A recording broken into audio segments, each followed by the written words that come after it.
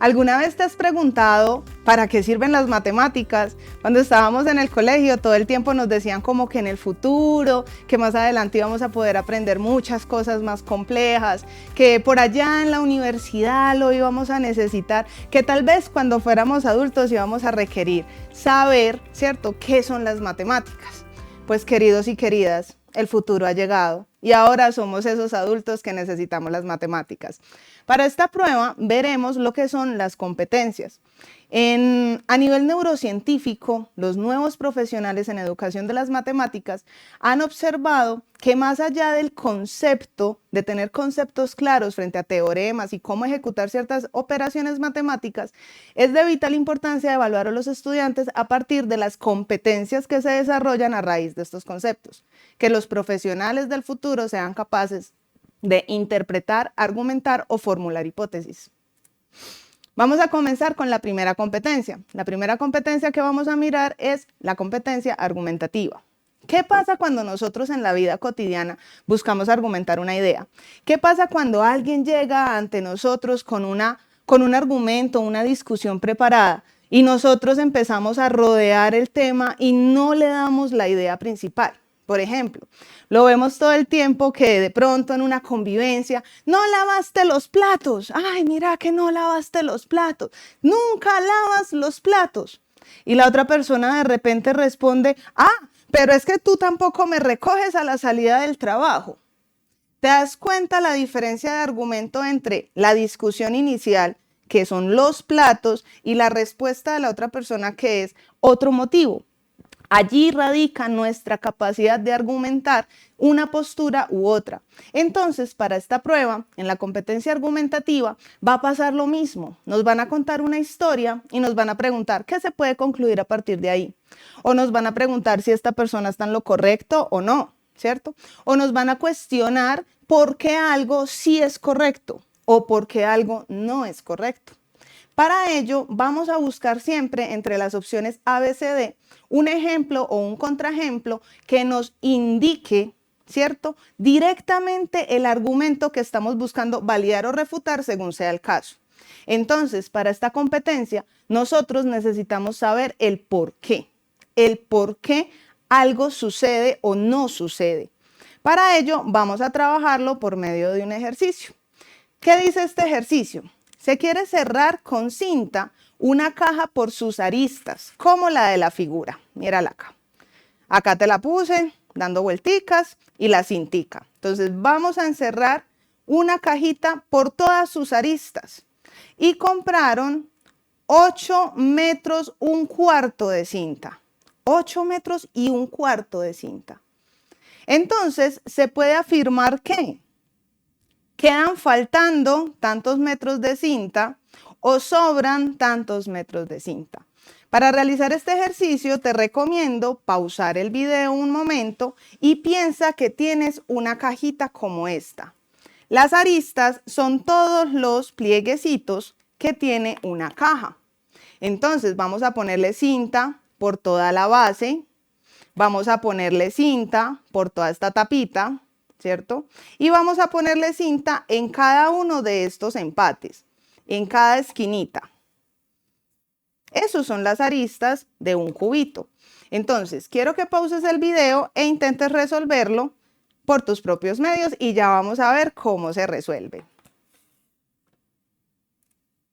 Comenzamos. Las aristas. Las aristas son entonces todas las esquinitas de ese cubo, ¿cierto? ¿Qué cantidad de cinta tenemos? Tenemos 8 y un cuarto. Esa es nuestra información, eso es lo primero que debemos notar. Vamos a argumentar con base en esa información. Ahora, es una pregunta argumentativa dado que nos están diciendo, se puede afirmar que, se puede concluir que, ¿cierto? O por qué esto es o por qué esto no es. Son las frases típicas de estas preguntas argumentativas. Ahora, como ya sabemos qué es una arista, ya sabemos cuántos metros de cinta se compraron, entonces podemos mirar si falta o sobra cinta. Ahora, ¿Cuáles son entonces esas aristas que debiste contar? Debiste contar una tapita, puede ser la de arriba y la de abajo, de pronto tú pensaste las laterales, también es correcto. Entonces debes mirar cuántos laditos hay allí, cuántos laditos hay y cuántos laditos hay en la parte hacia abajo, ¿cierto? Lo veíamos con nuestra cajita acá, material, en donde podemos observar que acá va cinta por toda esta parte inferior y por toda esta parte superior. Entonces tenemos 4 aristas en una carita, ¿cierto? Como llenar por cinta todos estos bordecitos de acá, 1, 2, 3, 4.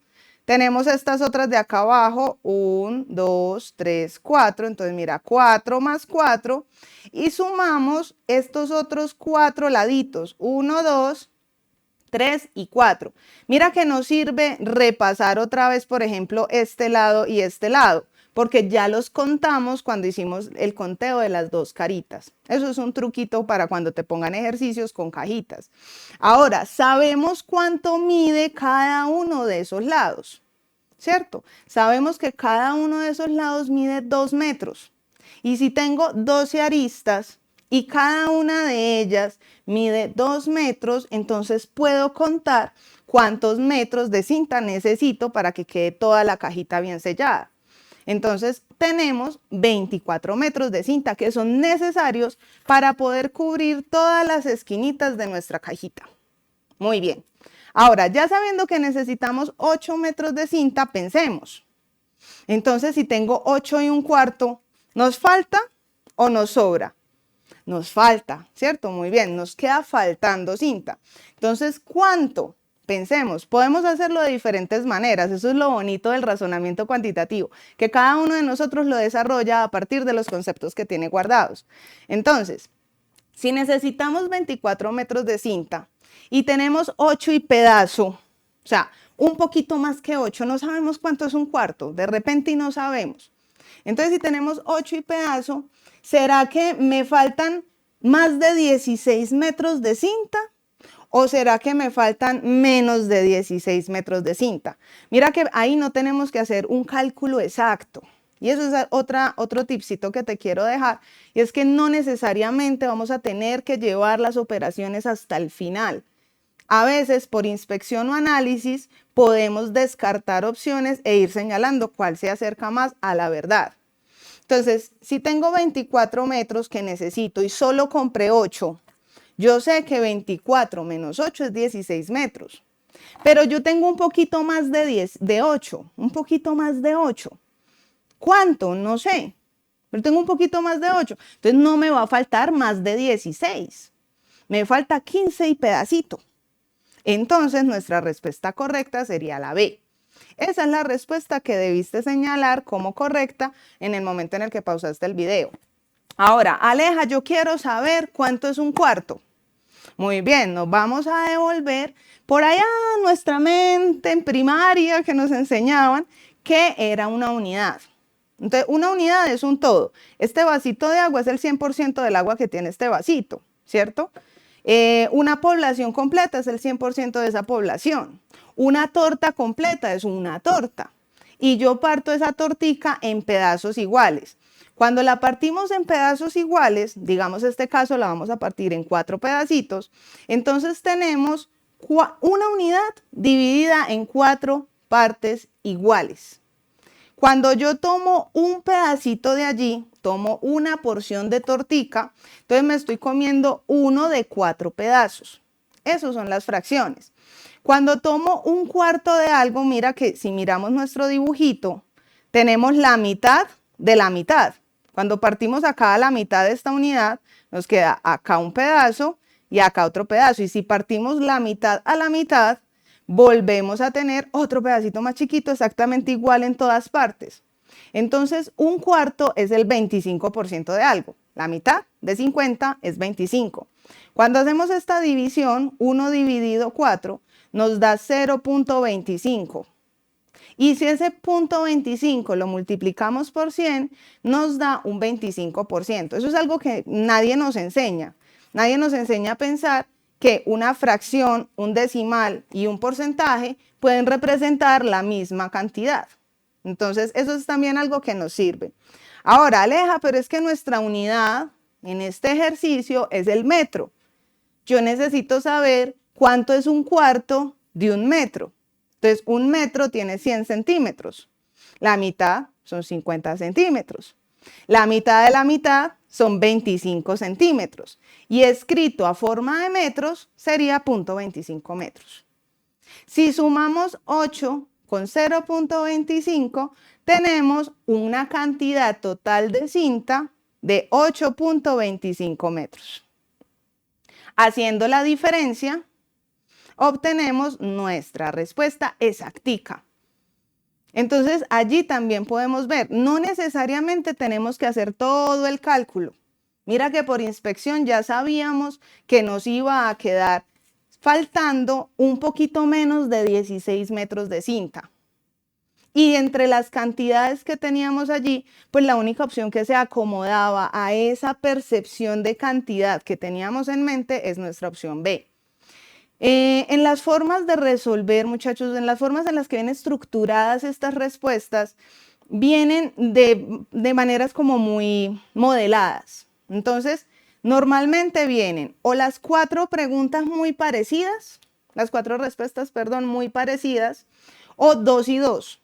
2 me dicen que es falso, 2 me dicen que es verdadero, ¿cierto? 2 me dicen que falta, 2 me dicen que sobra. Y las cantidades numéricas para este tipo de ejercicios normalmente no son muy cercanas.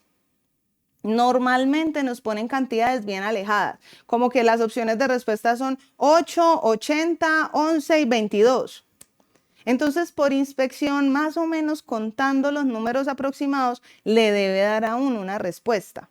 Para que tengamos presente que aunque sumar y operar números decimales es muy sencillo, es mucho mejor hacerlo por inspección y tener siempre cantidades aproximadas. De esa manera, pues podemos llegar a una respuesta como más rápido y más fácil. Ahora, siguiente competencia. Esta competencia de interpretación y representación busca que los profesionales sean capaces de comprender y transformar información que les entreguen de forma gráfica. Llámese de forma gráfica una tabla, un gráfico estadístico, un diagrama de conjuntos, un esquema matemático, y que ustedes sean capaces de extraer información de allí y analizar y responder preguntas, problema al respecto. Mira que esto se aplica a todas las carreras. En medicina, si queremos analizar sobre una enfermedad, vamos a ir a buscar estudios científicos cuyos resultados están puestos de forma estadística a través de tablas y gráficas. Lo mismo pasa en psicología. Si voy a mirar la psicología del consumidor, la psicología familiar, puedo analizar todas esas estadísticas por medio de gráficas. Entonces, en casi todas las carreras, por no decir que todas, vamos a utilizar interpretación y representación de información. Es mucho más fácil entregar los datos a una junta directiva en una empresa a través de diagramas y de gráficas para que las personas puedan ver el comportamiento, qué sé yo, de los valores, de las ventas, de los costos de una empresa, a que tú a través de una tabla con cientos de valores seas capaz de dar la misma idea. Entonces, por ese lado, vamos a intentar prestarle bastante atención a esta competencia. Se hace muy importante para nuestra vida, nuestro crecimiento personal y profesional. Vamos a verla a través de un ejemplo. Entonces, mira lo que tenemos acá. Nos entregan una descripción de la situación y acá tenemos un esquemita. ¿Qué es un esquema en matemáticas? Un esquema es la representación visual y gráfica de una situación. Entonces nos cuentan una situación y nos dibujan la situación. Vamos a leerla. Dice, en un lote de terreno rectangular se planea la realización de la feria navideña del pueblo. Internamente se distribuye en 3 áreas. Una rectangular para ubicar los puestos de venta de artesanías. Entonces tú debes ir leyendo e ir mirando en el esquema, porque si uno termina de leer todo, ya luego no entiende nada. Entonces uno mira, a ver, ¿cuál es la distribución rectangular acá? Y uno dice, no, pues el único rectangulito que veo es este azul. Y me dicen que este lado mide 6 y que este lado mide 4. Ah, bueno, listo. Seguimos leyendo. Una triangular para la zona de comida. Entonces uno mira, ah, bueno, este triángulo grandote de acá es donde van a estar instaladas todas las personas que están vendiendo alimentos. y la cuadrada, que es la tarima para la presentación de eventos. Entonces este cuadradito de 2x2 es la tarima donde se van a montar a cantar y todo eso. El resto del lote de terreno se desea dejar vacío. El plano mostrado presenta una escala en centímetros de la feria. Por eso colocan acá centímetros, centímetros, centímetros, porque está a escala. ¿Listo? Entonces es un dibujo chiquito, pero realmente representa un lote gigante de metros o de kilómetros. Podríamos concluir que el área del terreno que se dejará vacío es de ¿cuánto? Entonces analicemos, tenemos un ejercicio típico de áreas sombreadas, lo que resolvíamos por allá en bachillerato sobre áreas sombreadas, pero está aplicado a la vida real, porque nosotros en la vida real vamos a tener que diseñar esto. Imagínate que te vendan un terreno, una finca bien bacana, y que te den las medidas del polígono de tu lote y tú no sepas calcular cuánta área te van a vender. Que luego estés diseñando tu casa y tú no sepas en qué espacio del terreno queda mejor ubicada de acuerdo al grado de inclinación del terreno, por ejemplo. Ese tipo de cosas nos ayuda a desarrollarlo de una manera correcta, saber geometría. Cuando sabemos geometría, cuando tenemos una buena distribución espacial, cuando podemos interpretar situaciones gráficas y transformarlas, entonces podemos tomar mejores decisiones en nuestra vida personal y profesional, ¿cierto? Ahora, te invito a que pauses el video, intentes resolver este ejercicio, ya acá más o menos lo analizamos juntos, para que intentes encontrar cuál es el área de terreno vacío.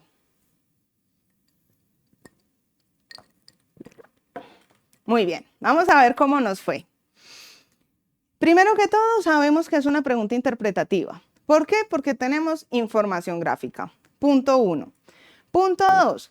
¿Cuál es el área de terreno vacío? Siempre debemos tener muy claro qué me están preguntando. Entonces debo pensar que tengo un lote, ¿cierto? Un lote grande, cuadrado, de unas medidas, de un área total. Debo pensar que tengo un área total. Y en esa área total voy a ocupar unos espacios, ¿cierto? Entonces, al ocupar esos espacios, quito área de esa área total, ¿cierto? Porque va a estar ocupada. Entonces, ¿cuál es el terreno vacío? El que quede de ese fondo verde, ¿cierto? Para que quede como más clarito en el dibujito. Entonces, cuando yo saco el triangulito, saco el cuadradito y saco el rectángulo, entonces calculo cuál es el área de terreno vacío. O sea, tengo un terreno total, voy a calcular el terreno ocupado, realizo esa diferencia y obtengo cuál es el terreno vacío del lote. Muy bien. Vamos a ir calculando poquito a poquito las áreas. Entonces, área de un rectángulo, área de un cuadradito, súper fácil, súper sencillo, lado por lado. Importante tener en cuenta, cuando tenemos un rectángulo, pues que sean los lados diferentes, ¿no? Lo que normalmente llamamos como base y altura. Si es un cuadradito, pues no hay problema, porque todos sus lados miden igual, uno multiplica en cualquier orden. Pero con los rectángulos, pues tenemos cuidado de no ir a multiplicar 6 por 6 o 4 por 4, porque no estaríamos calculando el área correcta. Entonces, si el área es lado por lado, multiplicamos 6 por 4 y nos da 24 centímetros cuadrados. Luego, hallamos el cuadradito. Entonces, el área de este cuadradito, lo mismo, lado por lado, en este caso 2 por 2, 4 centímetros cuadrados. Ya tenemos dos áreas. Nos falta calcular el triangulito para sumarla con estas cantidades y entonces poder definir cuánto terreno ocupado tengo, ¿cierto? Entonces, para este caso, paso 1, pues conocer la formulita del área de triángulo. Es muy importante para la prueba y para la vida cotidiana, muchachos, pues que uno sepa cuál es la formulita de un área de un triángulo, de un área de un círculo. Ustedes se imaginan, muchos de ustedes tal vez lleguen a ser papás y mamás, y que el hijo de uno le pregunte, papá, ¿cómo calculo el área de este triangulito? Tengo esta tarea para mañana. Y usted, ni idea, venga, miremos en Google. Porque nuestros papás en generaciones anteriores, bueno, a veces no terminaban la primaria, de pronto terminaban el bachillerato, ¿cierto? Eran personas normalmente menos educadas que nosotros. Ahorita pasa lo contrario, todos ustedes son profesionales en este momento y sus hijos van a tener unos papás profesionales en los que creen ciegamente y van a confiar que saben ciertas cosas básicas. Entonces yo como le reclamo a mi hijo que aprenda a sacar áreas de triángulos si yo, que soy una persona profesional, exitosa, no sé hacerlo. Entonces ahí les dejo la inquietud. Entonces, para esto, primero que todo, la formulita base por altura dividido 2. O eso ahí mismo le suena a uno por allá a la profesora de quinto de primaria diciéndole a uno la formulita de este triángulo. Entonces ustedes me pueden decir, Aleja, digamos que esta es la base. Yo voy a elegir que esa es la base. ¿Cuál sería la altura para esa base? Entonces debo formar un ángulo de 90 grados. Es como pensar en una columna para una construcción. La columna, pues, normalmente uno la traza derechita, con un ángulo de 90 grados. Las paredes vienen con un ángulo de 90 grados, ¿cierto? Las mesas, todo viene completamente a 90 grados y eso es lo que brinda la altura de algo. Entonces, para que lo tengamos presente, yo puedo elegir la base que yo quiera, el lado que yo quiera de un triángulo. Y debo dibujar de una manera correcta la altura para entender la estructura de ese triángulo. Listo. Esta va a ser nuestra base y esta va a ser nuestra altura. Ahora debemos encontrar los valores numéricos para meterlos en la formulita y poderlo calcular. Entonces, si lo observas, para calcular esa base amarillita, necesitamos conocer este lado. Bueno, eso es fácil, acá nos dicen que es 4. Debo calcular este lado de acá, que por medio de este análisis, bueno, yo puedo calcular cuánto mide este ladito de acá. Pero luego para calcular la base, entonces me toca hacer un Pitágoras. El Pitágoras para volver la base y meterlo en la fórmula y hallar el área. Pero entonces observa aquí qué sucede. Son muchos cálculos. ¿Y esta era una pregunta de formulación? No. Esta era una pregunta de interpretación. Entonces uno inmediatamente debe pensar, no, esto no puede ser tan difícil. Pensemos otra manera. Antes de empezar a echar lápiz, porque eso nos pasa mucho, recibimos un ejercicio de matemáticas y es como, ay, me tengo que deshacer de él, tengo que empezar a rayar. No, no. Vamos a cambiar ese chip. Y ahora vamos a intentar pensar antes de empezar a echar lápiz como locos. Entonces, bueno, por este lado es como mucho trabajo. Miremos a ver si hay una forma que podamos usar que no tenga tanto trabajo. Entonces, miremos. Podemos calcular, entonces, esta como base. Y entonces, esta sería la altura. Mira que siempre es 90 grados con el piso, con la base. Entonces, mira qué punto. Y lo uno con el vértice, pues que está con la puntica que está al otro lado, ¿cierto? Como una casita, haga de cuenta. Entonces, si esta es mi base y esta es la altura, tenemos exactamente el mismo problema que con la otra base. Tenemos que averiguar cuánto es este lado, lo cual es sencillo, pero tenemos que hacer Pitágoras para poder hallar la base, para poder meterla en la otra fórmula, mucho trabajo. Y es una pregunta interpretativa, por lo tanto no debería ser de tantos cálculos. Así que pensemos de nuevo, entonces si ni la una ni la otra, pues elijamos esta como base. Entonces, si yo elijo esta como base de este lado de acá, entonces desde acá hasta la otra esquinita sería la altura, 90 grados con la base derechita, ¿cierto? Y si conozco estos valores y ya no tengo que usar Pitágoras, mira, ¿de dónde saco la base? De este lado, ¿cierto? Este lado de acá es igual a este lado de acá. Y tengo las medidas. Sumo esas dos mediditas y ya está la base. Tengo cómo calcular la altura, porque este ladito de acá, esta altura que pintamos acá, es exactamente igual a esta, o bueno, pudieron pintar esta también. Yo pinté solo una.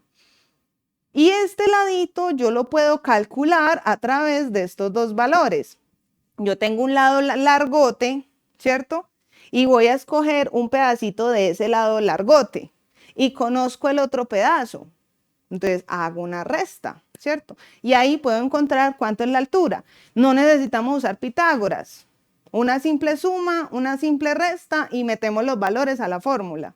Entonces mira que es mucho más rápido, mucho más fácil. Ahora, hagámoslo acá. La base sería este pedacito de acá, más este pedacito de acá, ¿cierto? 6 más 4, 10 centímetros. Entonces la base es de 10 centímetros. Luego, la altura. Entonces en la altura lo que debo hacer es una resta. Tengo un pedazo grandote al que le voy a restar este otro valor que yo tengo acá. En este caso es muy sencillo porque pues vemos que es la mitad, ¿cierto? O sea, vemos que este otro pedacito de acá pues también vale 6, porque 6 más 6, 12, y ese lado de ese cuadrado vale 12, de ese rectángulo de hecho. Ya nos dimos cuenta que este lado de acá vale 10 y este lado grandote de acá vale 12, entonces es un lote rectangular, ¿cierto? Casi cuadrado, pero no es cuadrado. Ahora ya tenemos la base, ya tenemos la altura, paseo de olla muchachos, a multiplicar y a resolver. Ya, nada raro pasa acá. 10 centímetros por 6 centímetros, 10 por 6 me da 60, ¿cierto?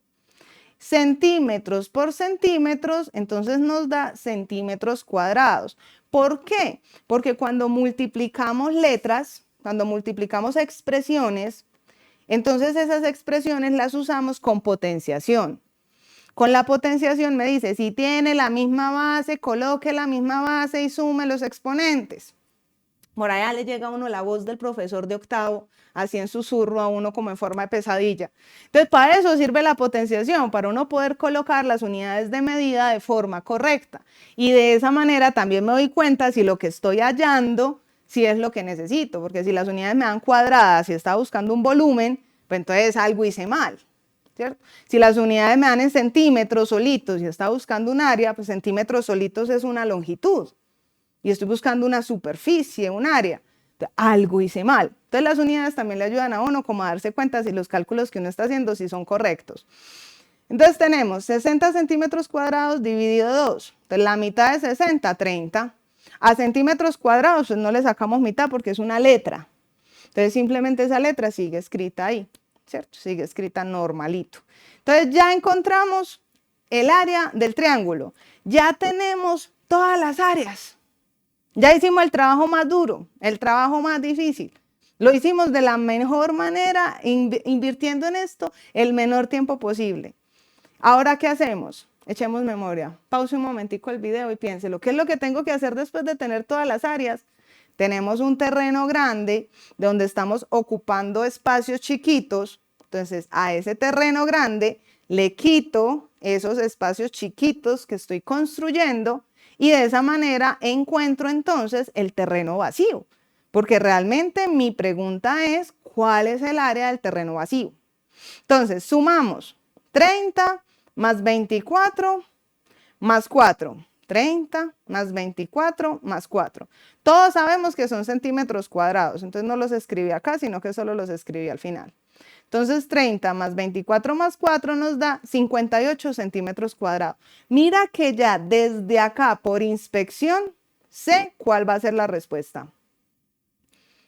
Ahora, bueno, no, Aleja, calculemos el área del terreno grande porque yo así como así tan a ojo no soy capaz. Bueno, calculemos el área grande, el área total de ese terreno, de ese lote.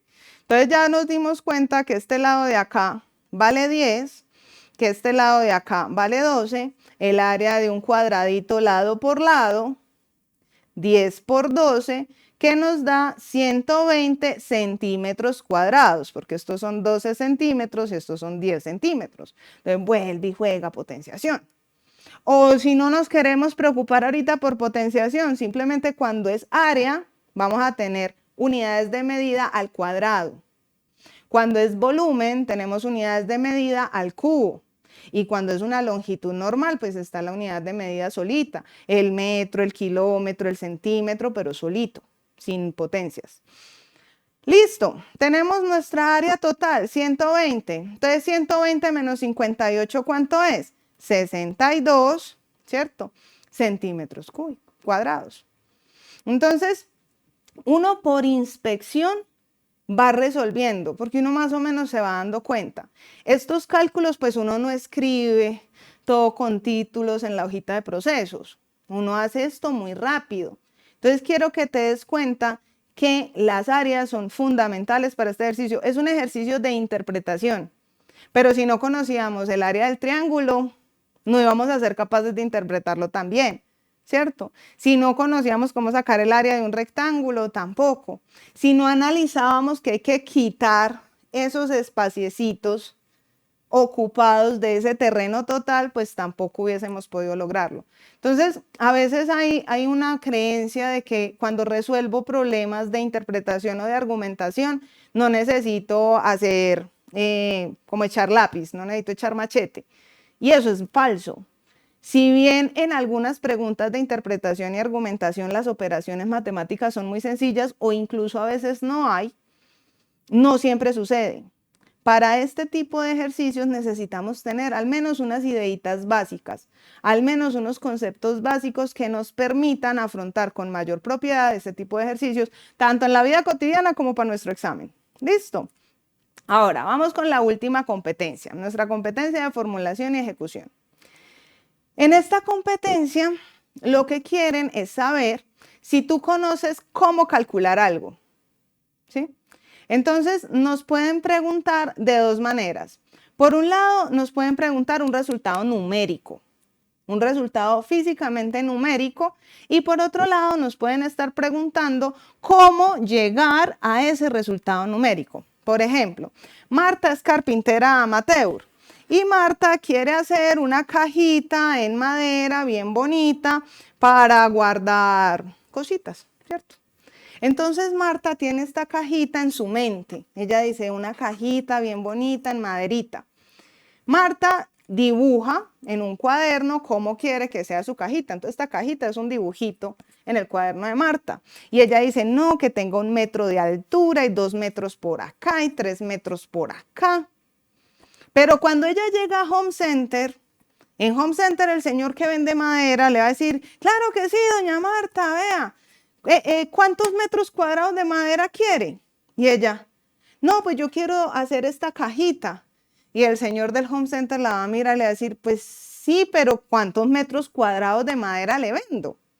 Entonces ella lo que tiene que hacer es abrir la cajita, calcular estas áreas amarillas, calcular estas áreas rojas, calcular esta área negra, y sumarlas. Cuando yo sumo todas estas áreas, encuentro los metros cuadrados de madera que necesito para cortar y ensamblar y construir mi cajita. ¿Listo? ¿A dónde voy con esto? En el examen te pueden preguntar, como el señor de Home Center, venga, ¿cuántos metros cuadrados necesita Marta para construir la cajita? ¿Sí? Pero también en el examen te pueden preguntar cómo puede Marta calcular los metros cuadrados que va a comprar en Home Center. Entonces pueden decir, no, Marta sumó todos los lados de las caritas de la caja. No, Marta multiplicó base por altura y sumó esos resultados. No, Marta dividió esas cantidades entre sí. Entonces tú debes conocer el concepto de área, debes entender la necesidad que tiene Marta y debes ser capaz de entender cómo hallar ese valor. Entonces, en estas preguntas de formulación y ejecución, nos pueden hacer esos dos tipos de pregunta. Dígame cuántos metros cuadrados o dígame cómo calculo esos metros cuadrados. Eso es todo. Ahora, vamos a mirar un ejercicio. Para este ejercicio, quiero que pauses el video después de que lo leamos juntos y que intentes resolverlo por todas tus herramientas. Todas las herramientas matemáticas que tengas en este momento vas a usarlas para resolver este ejercicio de formulación. Dice lo siguiente, el salario para los empleados de una empresa es de 800,000 pesos. Si Alejandro es el supervisor y su salario es de 1.120.000 pesos, o sea, gana más platica porque es el supervisor, el porcentaje de más, o sea, el porcentaje extra que gana Alejandro con relación a los demás empleados, ¿cuánto es? Listo. Pausa el video e intenta resolverlo.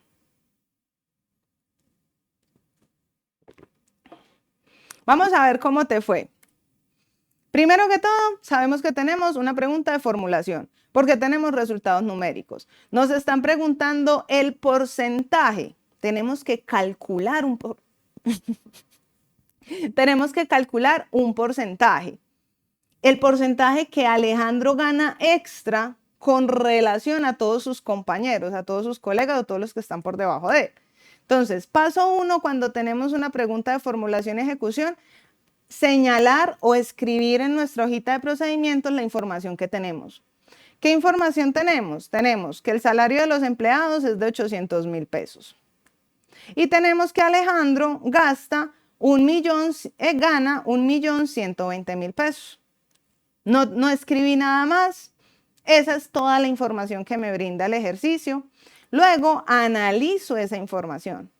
Entonces, respecto al salario de los empleados y de Alejandro, hay una diferencia de 320.000 pesos. O sea, ese es el dinero extra que mes a mes Alejandro gana por estar en una posición superior a sus compañeros o a los demás empleados, por ser el supervisor de los demás empleados. Entonces, si él gana 320.000 pesos, ¿esto en porcentaje cuánto es? Porque la pregunta es el porcentaje de más que gana Alejandro. Entonces, ¿cómo analizamos esto? Lo analizamos por medio de una regla de 3 simple. Pero tenemos que tener cuidado qué datos vamos a colocar. Entonces, pensemos. Me dicen el porcentaje de más que gana Alejandro en relación con los otros empleados. Entonces, el 100% no es el salario de Alejandro. El 100% es el salario de los empleados, de los normales. Ellos, esos 800.000 pesos son nuestro valor de 100%, porque vamos a analizar es con respecto a este valor, esos 320.000 pesos, ¿qué porcentaje representa? ¿Qué porcentaje de ese salario de 800.000 pesos representan 320.000 pesos? Entonces, escribimos nuestra regla de 3. Salario de los empleados 800.000, salario extra de Alejandro 320.000, estos 800.000 son nuestro 100% y estos 320.000 son entonces nuestra incógnita. Queremos saber qué porcentaje representa esos 320.000. ¿Cuál es el porcentaje de más que gana Alejandro? Eso es bien importante, uno lograr entender qué es lo que le están preguntando para de acuerdo a eso formular la herramienta matemática. Listo. Ahora, hacemos nuestra operación. Siempre que trabajemos con porcentajes, muchachos, es una regla de 3 directa. Es la que siempre hacemos en nuestra mente. Porque si tengo más dinero, pues es un porcentaje más grande. Si tengo menos dinero, pues va a ser un porcentaje más chiquito. Eso es una relación directa, en donde ambas variables o aumentan o disminuyen. ¿Listo? Entonces, como es una regla de 3 directa, la resuelvo igual que siempre. Multiplico en cruz 320.000 por 100, míralo acá. 320.000 por 100. Recuerda que los paréntesis nos ayudan a separar cantidades cuando las estoy multiplicando entre sí, porque si usamos la X, pues la X normalmente es una variable y eso nos puede confundir. Entonces, 320.000 por 100 dividido 800.000. Mira que la expresión de por ciento queda en el numerador y abajo no hay otro por ciento, o sea, no se cancelan. ¿Qué se cancela? Dinero con dinero. Entonces voy a obtener una respuesta que es en porcentaje y eso es lo que estoy buscando.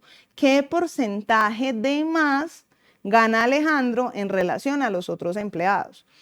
Ahora, como vos no vas a tener calculadora en la prueba, vos no tenés calculadora, vos no puedes hacer todos esos cálculos rapidito, entonces siempre hay que pensar, ¿de qué manera puedo resolver esto con el mínimo esfuerzo posible?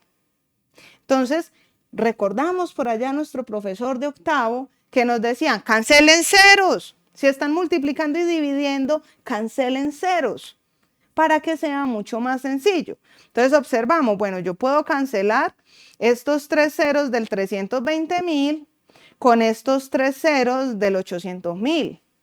Y ahí ya se simplificó un montón esa expresión, esa multiplicadora, porque eso multiplicar ceros y ceros y ceros, para luego dividir por ceros y ceros y ceros, es mucho trabajo y tenemos poquito tiempo. Entonces, siempre que estemos multiplicando y dividiendo, podemos cancelar. Si hay sumas y restas, no, alto ahí, nada de eso, solo con multiplicaciones.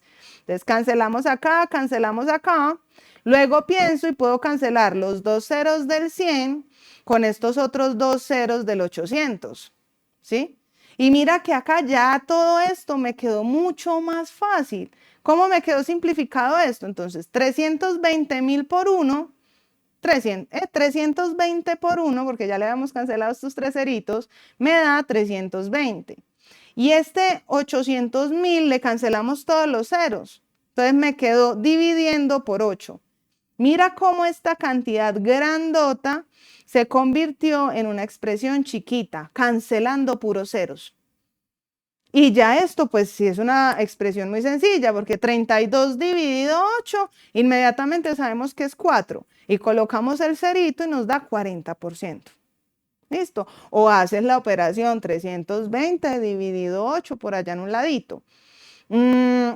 Recuerda que siempre que tienes ceros, pues uno puede omitir los ceros, hacer las operaciones con los números diferentes de cero que tenga la expresión y luego añadir esos ceros. Eso fue lo que hicimos acá.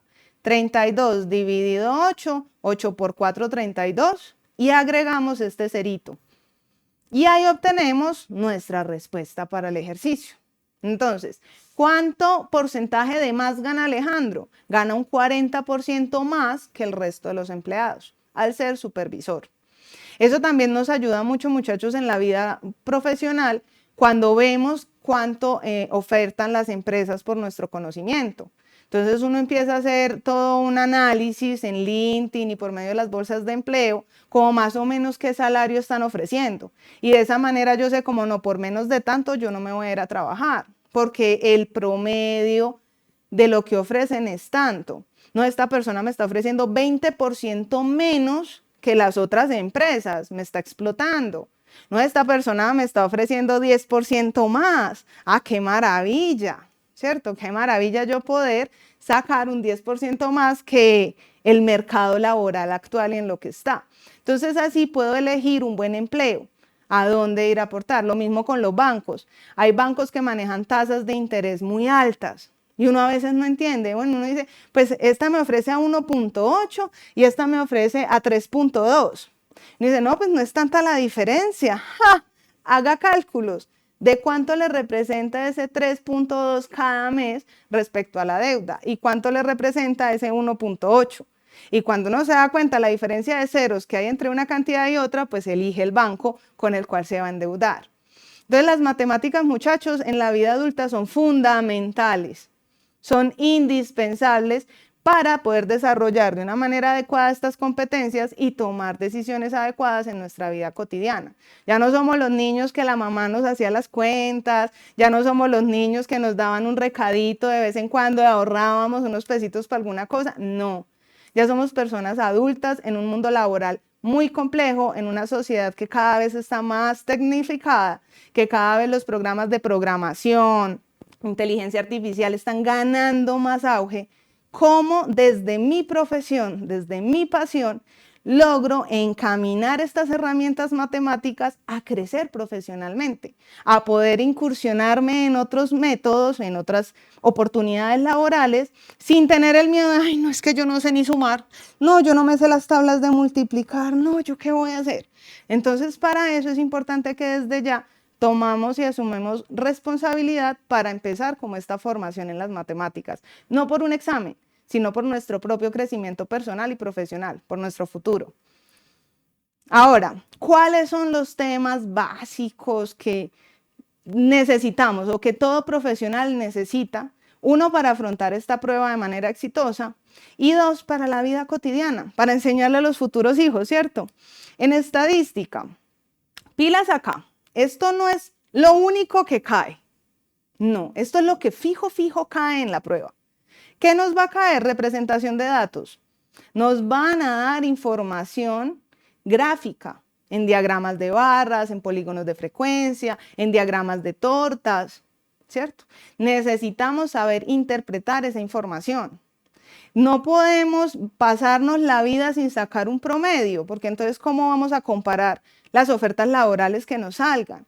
¿O cómo vamos a comparar los precios del mercado si yo quiero sacar un producto digital, un servicio, alguna cosa? ¿Yo cómo puedo analizar el entorno que me rodea y ser competitiva en él si no sé sacar un promedio? ¿Cierto? Probabilidad, ¿qué chance tengo yo de que suceda lo que yo quiero que suceda?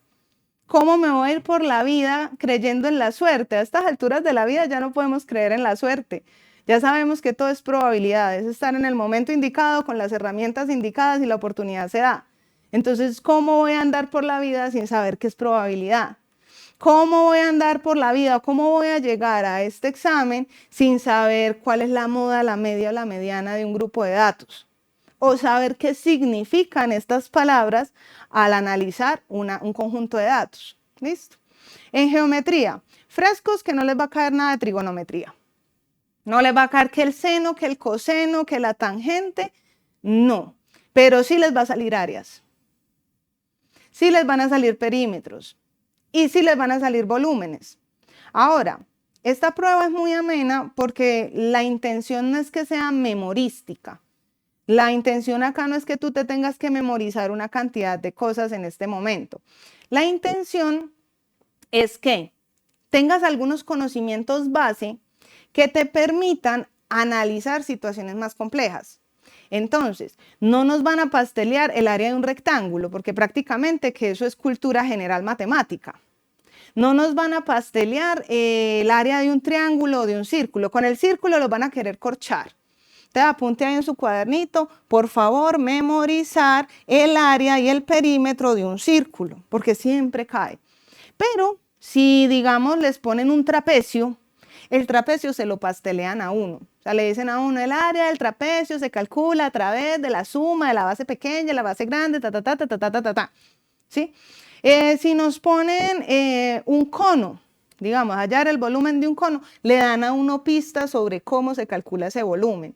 Pero las figuras básicas no. Entonces, estas no las vamos a tener que escribir, hacer una tablita, apuntarlas e intentar interiorizarlas. ¿Listo? ¿Qué teoremas de geometría son muy importantes para esta prueba? Pitágoras, fundamental, nos va a caer Pitágoras, al menos 1 o 2 ejercicios son de Pitágoras. Y lo que no se resuelve con Pitágoras en triángulos, normalmente se resuelven por medio del teorema de Tales de Mileto. Entonces vamos a consultar ambos teoremas. En Pitágoras a veces a uno se le olvida la raíz. Es normal muchachos que si tú te estás graduando ahorita de psicología, de medicina, de sociología, de filosofía, pues hombre, no tenemos muy claros estos teoremas porque a lo largo de nuestra carrera no lo usamos. Sin embargo, viendo un par de videitos de YouTube, viendo algún recuerdito por ahí, se nos desempolva la memoria y podemos llegar con estos conceptos más frescos a la prueba.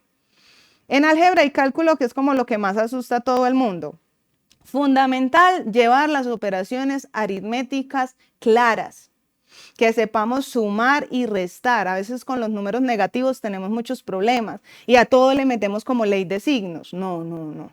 La ley de signos es para multiplicación y división. Más por menos. La boca lo dice, por. Entonces, si estamos multiplicando, dividiendo, en la suma y en la resta nada tienen que ver los signos. Entonces, saber hacer operaciones aritméticas.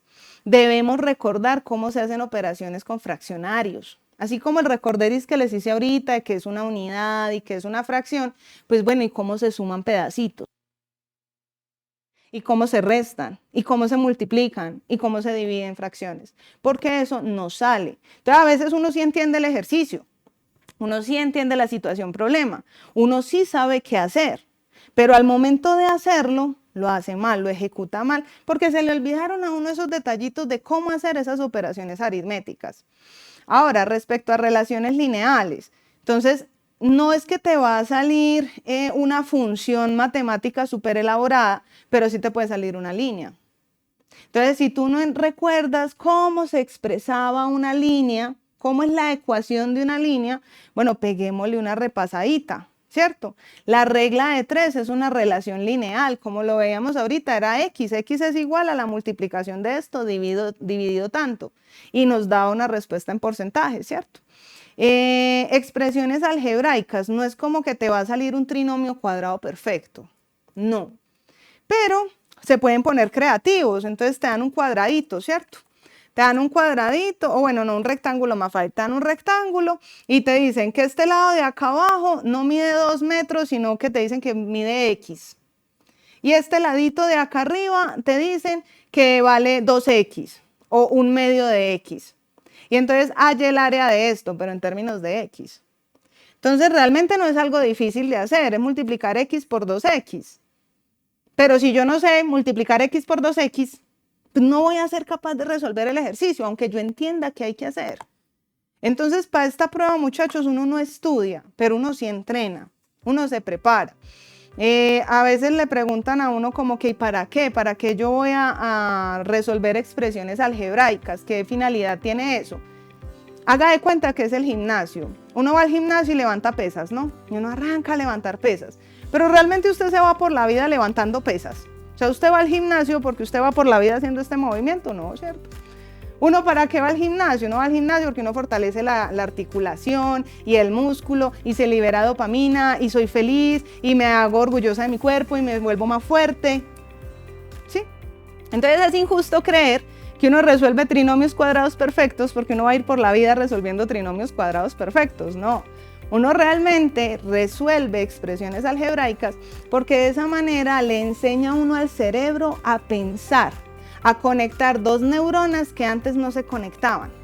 Leer fortalece el cerebro, porque cuando tú te sientas a leer 15 minutos, página tras página, y luego eres capaz de decir qué decía ahí, sacar una conclusión de ahí, comprender lo que decía ese texto, le estás enseñando a tu cerebro a concentrarse, a mantener la calma, a no tener pensamientos cruzados en la mente, y eso hace que las neuronas se conecten entre sí. Lo mismo sucede con las matemáticas. Cuando resolvemos ejercicios matemáticos, al principio es difícil. Todos los que sabemos matemáticas empezamos de cero en algún punto. Entonces, cuando empezamos de cero nos parece supremamente complejo, pero cuando logramos resolver el primer ejercicio, muchachos, eso se vuelve adictivo. Las matemáticas son adictivas. Uno les tiene fobia cuando no las sabe, pero cuando las sabe, uno no las quiere soltar. Y uno empieza a resolver esos trinomios cuadrados perfectos, súper contento. No porque por la vida uno vaya a ir resolviendo trinomios cuadrados perfectos, sino porque le estoy enseñando a mis neuronas a conectarse de maneras que antes no se conectaban.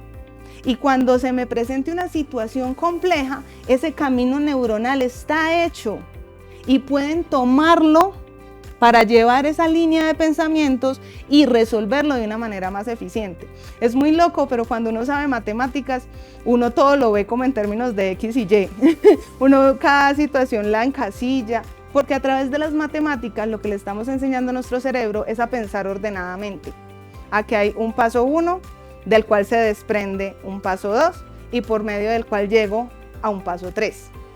Entonces esa es la invitación al día de hoy. O sea, aprender matemáticas no por el examen o no solamente por el examen, porque uno sí se puede preparar muy bien para este examen, entrenar con ganas y asimismo uno se está entrenando para la vida. Para cuando vayan a hacer una especialización y haya una matemáticas financiera por ahí, no nos dé un infarto y renunciemos a nuestro sueño de una especialización o una maestría por miedo a las matemáticas. ¿Listo? Muchas gracias por estar acá. Esta clase fue diseñada para ustedes, para que puedan desarrollar de manera óptima esas competencias en sus vidas profesionales. Si estás interesado en aprender matemáticas para la vida, puedes buscarme por medio de redes sociales. Puedes agregarme también por medio de este QR a WhatsApp y hablar conmigo para fortalecer esas herramientas matemáticas y poderla tomar a favor para nuestro crecimiento personal y profesional. Espero que estés muy bien y que lo hayas disfrutado. Chao, chao.